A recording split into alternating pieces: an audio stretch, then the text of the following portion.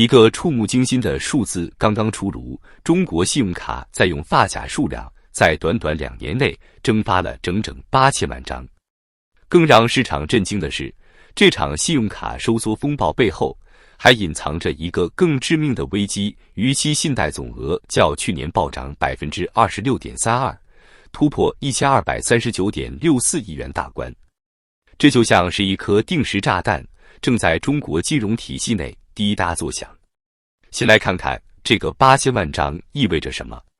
据中国央行最新发布的2024年支付体系运行总体情况显示，截至2024年末，中国信用卡和借贷合一卡的在用发卡数量仅剩 7.27 亿张，与2022年第4季度的 8.07 亿张相比，2年内蒸发掉的信用卡数量几乎相当于整个新加坡的人口数量。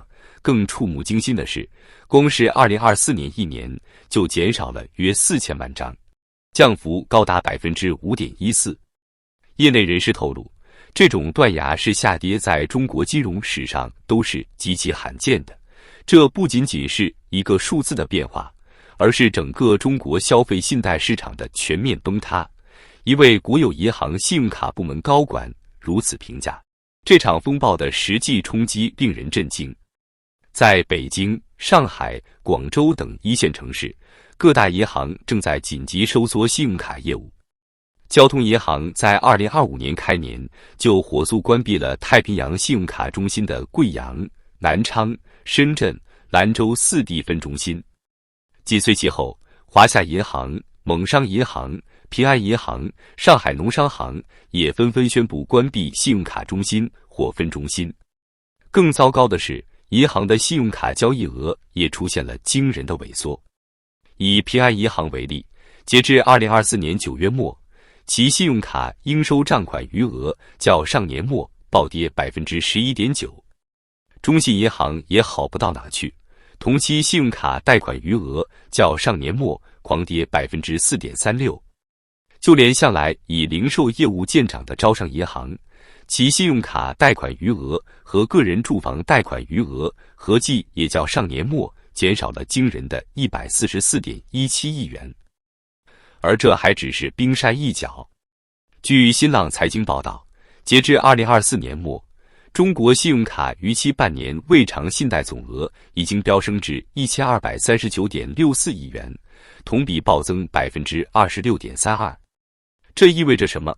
简单算一笔账，如果按照平均每人持有2张信用卡计算，这意味着可能有超过200万持卡人正在面临严重的债务危机。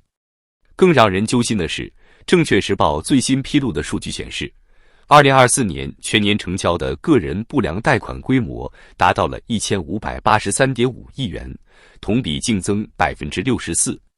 其中，个人消费贷款占比高达 66%， 这几乎是2023年的2倍。一位资深银行业分析师指出，这些数据背后折射出的是整个中国家庭部门债务的全面恶化。来看一组更细致的数据分析，按照中国银行业协会的统计口径，2024年第4季度新增的不良信用卡贷款中 90% 以上来自于40岁以下的年轻人群体。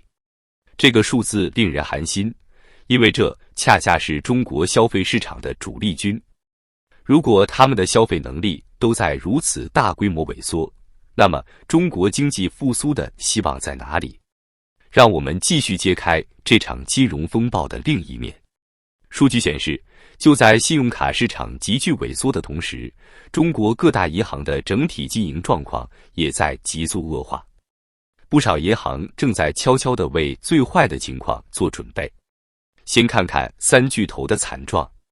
平安银行2024年的信用卡业务可以说是遭遇滑铁卢，其信用卡应收账款不仅暴跌 11.9%， 更要命的是，其不良贷款率已经突破历史新高。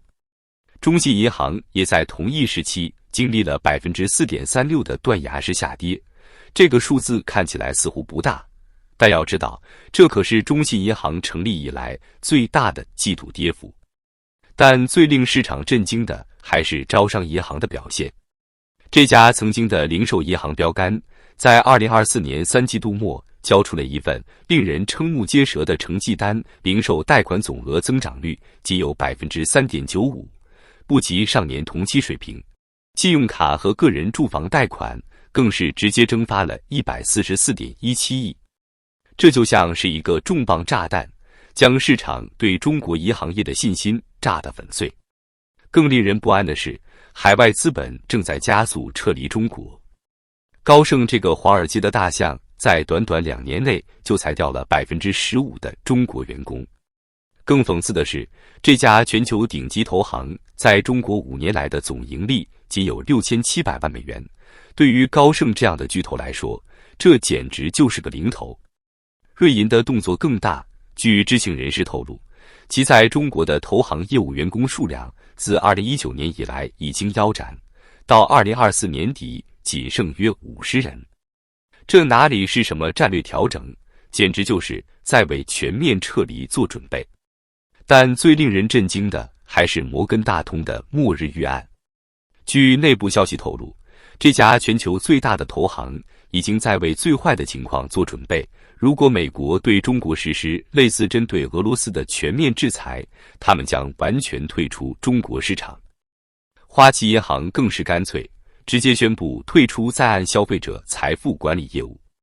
摩根士丹利则在2024年在中港两地进行了史上最大规模裁员。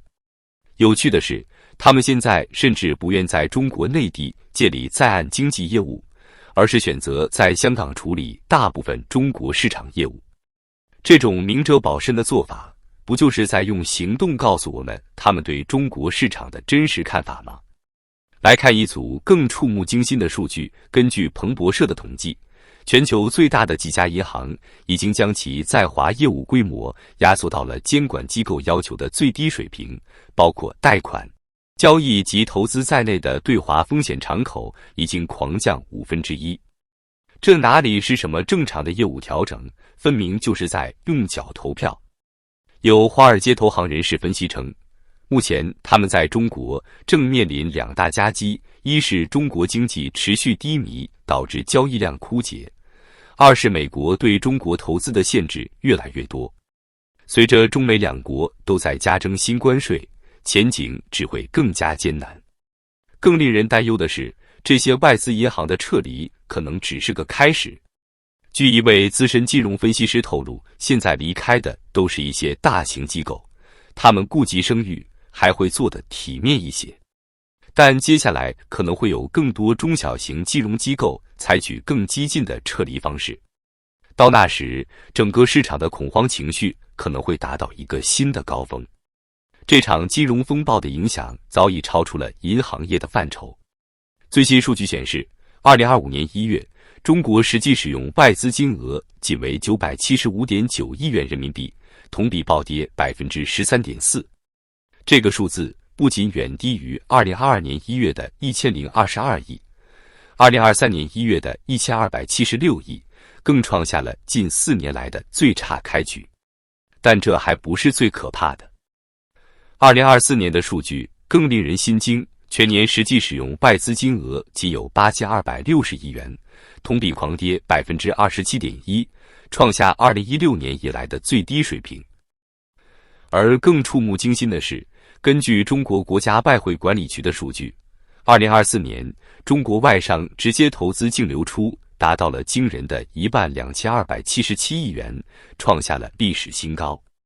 让我们来算一笔账，如果按照这个趋势发展下去，2025年中国的外资净流出规模很可能突破2000亿美元大关。这意味着什么？简单来说，就是每天都有 5.5 亿美元的资金在逃离中国市场。更令人担忧的是，连续2年内，至少12家跨国高科技企业选择了退出或大幅缩减在华业务。这些可都不是什么小公司，而是像 IBM、微软、德州仪器这样的全球科技巨头。他们关闭研发机构的速度，简直比打游击还快。富达国际、思科、亚马逊更是轮番上演大规模裁员潮。有知情人士透露，仅思科一家公司就裁掉了超过 90% 的中国籍员工。这哪里是什么业务调整，简直就是在搞清仓大甩卖。制造业的情况更是惨不忍睹。2024年，至少有11家跨国制造业巨头选择了退出或缩减在华业务。大众、丰田、日产、本田这些汽车巨头纷纷退出合资工厂或关闭独资工厂。就连日本的普利司通和新日铁这样的100年老店也坐不住了。华尔街投行们的反应更直接。高盛5年来在中国只赚了区6700万美元，这对于一家全球顶级投行来说，简直就是在做慈善。瑞银更是干脆，直接把投行业务团队砍掉一半。摩根大通甚至准备好了末日方案，一旦美国对中国实施全面制裁，立马撤离。来看一组更吓人的数据，2024年，全球最大的几家银行已经将其在华业务规模压缩到了监管要求的最低水平。他们在中国的风险敞口已经减少了整整1/5。这些可都是真金白银的投票。更要命的是，这些撤离潮背后还隐藏着一个更大的危机——供应链的全面重构。越来越多的西方科技公司已经不再满足于中国+1策略，而是直接采取 ABC Anything but China， 即除中国以外的任何地方策略。这意味着什么？简单来说，就是一场静悄悄的去中国化运动正在全球范围内展开。而且从目前的态势来看，这个趋势短期内恐怕很难逆转。一位国际投行的首席经济学家警告说，我们可能正在见证一个历史性的转折点。看来，这场始于银行业的风暴正在演变成一场全方位的经济危机。面对这样的局面，中国经济究竟该何去何从？恐怕连决策层自己也没有答案。